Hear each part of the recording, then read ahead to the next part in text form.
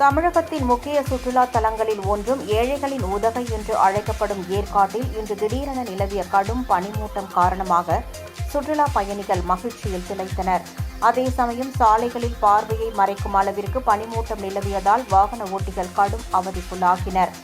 தொடர் விடுமுறை காரணமாக ஏற்காட்டிற்கு வரும் சுற்றுலா பயணிகளின் எண்ணிக்கை கடந்த சில தினங்களாகவே அதிகரித்தது.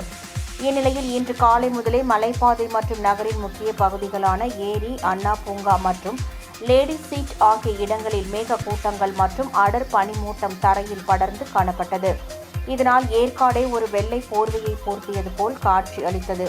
இது காண்போரை உற்சாகப்படுத்தியது. கோடைக்காலம் தொடங்குவதற்கு முன்பே ஏற்காட்டில் நிலவும் இதமான சூழலை ரசித்த சுற்றுலா பயணிகள் சாலையோரங்களில் நடனமாடி மகிழ்ச்சியில் திளைத்தனர்.